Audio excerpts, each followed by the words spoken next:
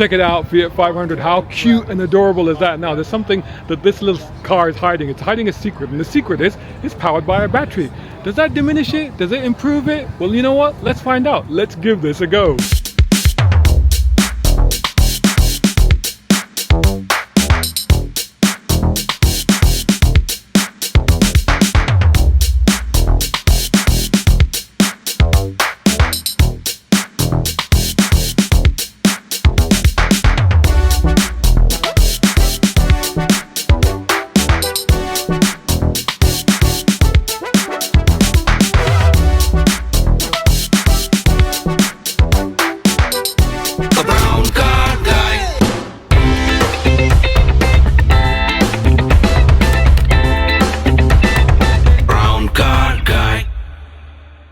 Tell me your name again. I know we met before, but tell me your name again. You don't remember me, do you? Well, I know. It's alright, just a minute. So who the heck are you? So I'm Jack from Silent Classics. We are. It's Jack. Yes. It's Jack. Come on. Yeah.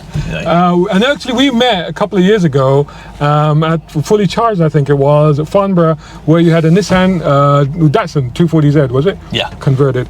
And now we're in a little Fiat 500. So what's this about then? So this is electric. So we specialise in converting classic cars to electric, and we are pretty laser focused on the Fiat 500 at the moment. Right. We think it's probably is the best candidate for any EV conversion. It's just designed and built for it. The engines in these cars were just crap, in my opinion. They didn't sound great. They're underpowered, like insanely loud. If we were to drive with the engine in the back, we'd just be shouting. Wouldn't be able to talk. Yeah. So. Yes, I've just got I really believe in these cars, and I really believe in the future for. So this is a kit that you're doing. So how do I which way do I? So yeah, flip the key on. So this way or this way? Yeah. Is it? Yeah. So we've got digital screen. So you've changed the screen on here. Okay. So that's giving me a battery percentage on there as well. Yep. So that's looks like 86 or 0.86. I'm not sure. 86%. 86%. Okay. And cool. so we developed that screen all in house. So we did the hardware and the software and the everything. So that's the sort of stuff we do. We love engineering challenges. All right. Cool. And this current kit in this car is our V1 kit. We've just redesigned the kit to be more affordable, and we're hoping to launch the V2 kit for around 15,000. Hope you're enjoying this video. Make sure to hit like, share and subscribe if you're not already doing so. And support independent automotive journalism channels like mine. You can do that at patreon.com, coffee.com, or taking out a subscription right here on YouTube. Or you know what, better still, you can go and buy my books. I've got 3 books out now. They're all on Amazon. They're all available to buy. More details on this are in the description, but buying any of these books will certainly help. Thanks so much for watching. So let's get going, and you can tell me a bit more about what it actually involves on the battery and stuff like that. How do we get going then? So forward. That's okay. it? Yeah, and then handbrake off. Where's that? Oh, there it is. There it is, a cute little handbrake. And then just go. Accelerator brake. Yeah. Yeah, 2 pedals. Don't crash into that car. Yeah, we've got a Mazda in front of us now, conveniently. But hopefully we'll be able to move around it. Yeah. So not power steering then? No power steering, no. Power steering for wood. Hey, and do we have to become Italian whilst we're make big gestures and stuff? Hey, mamma mia! Hey, come on, no power steering. What is it? So here we go. But yeah, so apart from the steering being heavier, how much would you say that this still feels like a classic Fiat 500? I just don't know what it is, but a lot of guys you're probably about the 20th person who's driven it today, mate, I don't know, and they all love it, because they've all been driving modern cars all day, and then they get in this and they're like yes, but I don't know, I can't describe what that is. But it's classic, and a lot of people are like, well, the engine's not here. To go a little bit French, it's a je ne sais quoi. That's what it is. It's that's something special that you get from classic cars, which you can't get from modern cars, you know. But this thing is, I mean, immediately, like, I'm just grinning. I mean, the moment I saw the car, now that I'm moving in it, this grin is just constant, and that's what it does to you, right? That's the thing about it. You know, you know what? I am 6'1" and a bit. And long legs. Yeah. I'm a little bit crunched up, but actually I'm fine. You're cushy. I'm fine. Cushy, Yanni. Yeah, brilliant. Lovely, jubbly. So we've covered Italian, French. We've gone Cockney. What are we doing next? So tell us a bit about the kit in the car. So we're doing the city circuit, right? Yeah, exactly. So tell us about the kit in the car. So it's all developed. Is this an indicator? One of these. Yeah, I got it. I got it. One, yeah. I found it. Yeah. The small one. Yep. Pull the small one. Yep. Yeah. Not talking about. So what did you want? What were you saying? The kit. The kit in the car. So tell me the spec on what we've got on. So we've got a 21 kilowatt hour battery pack, which gives you about 100 to 120 mile range. 120 mile range. Yeah. Oh, in the city. Yeah. That's not too bad. Pretty good. Yeah. It's got a. Oh, boy, race there. We're moving. Shit! Bloody hell! Hold on to whatever. My God. Have you driven many classic cars before? I have, yes. You have? Okay, yes. good. Well, I just sold my E30. Terrifying. Oh, here we go. Oh What's it? God. No, come on, man, dude, this is great. I just sold my E30 BMW, so 1989. Oh, nice. But yeah, I have driven others as well. Lots of 60s muscle cars as well. So yeah, this is very different from a 60s muscle car. Yeah. So yeah, go on. So what does it do to the performance in something like this compared to, like you very rightly were saying that, and I agree with you that where you have cars where the engine was never really that good anyway to start with, and you rip it out, you put an electric motor in, but then obviously that enhances the performance, doesn't it? Sure, yeah. So the original engine is about 22 horsepower, something like that. So this motor is about nearly 60 horsepower. I think. Whoa! So multiple of 3. Yeah, exactly. I think you're about to beat the lap record of the. You know what? It is just hilarious. You know, you can't help but the steering. It makes you work though. Yeah, makes you work. I tell you what, down, you don't need to go to the gym. So, have you done any performance testing on it?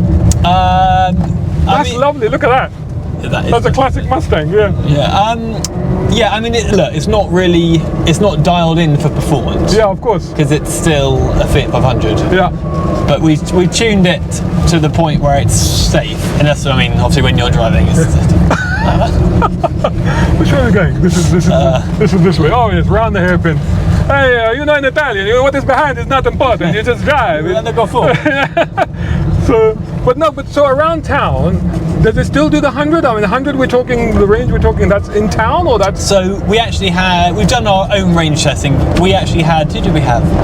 We had a journalist come and take one of our cars, and he drove it 105 miles. Right. And this was like on big A roads and stuff, and he just made it back.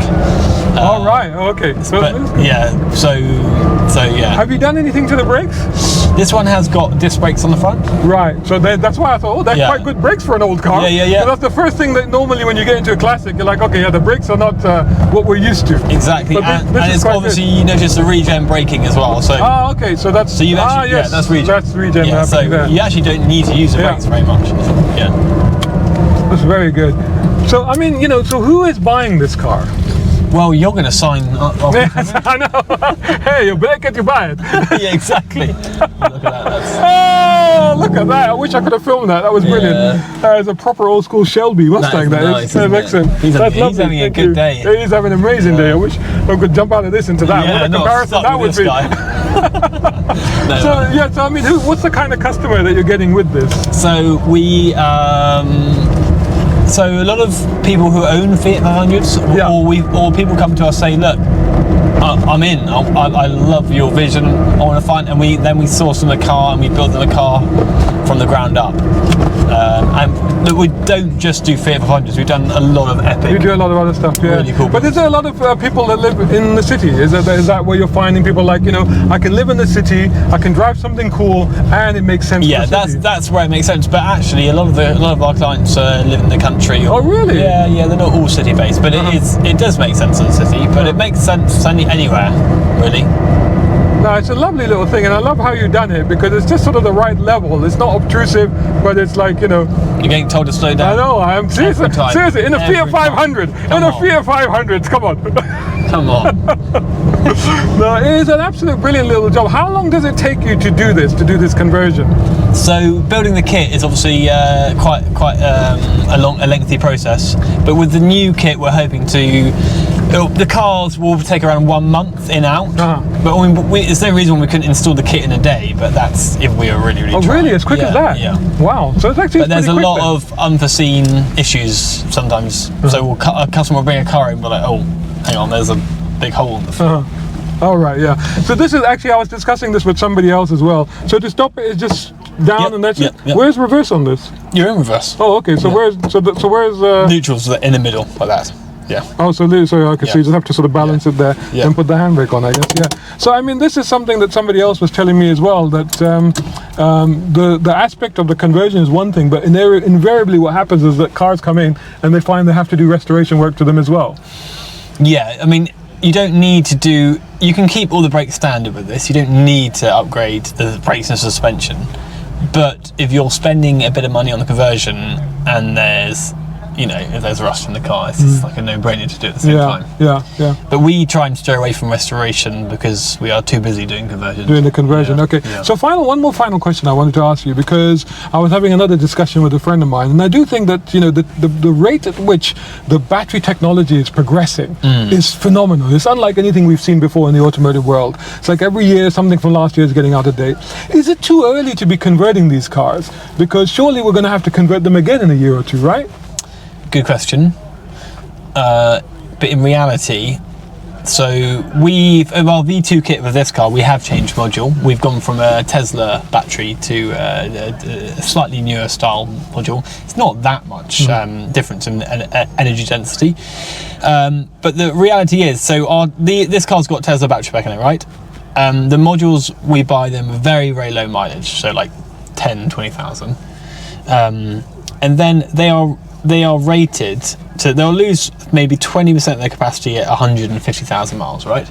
Imagine doing 150,000 miles in a Fiat 500. Yeah, okay. You're not going to do it. Yeah, You're just not. So you basically future-proof this car for and I'm guessing the way that the kit is formed and the way that you built it into the car, if you did have a more efficient, say, solid-state battery or something like that, it would be a case of just swapping it out. Yes and no. I mean, battery pack design and integration is quite it's quite involved process. But you wouldn't need to.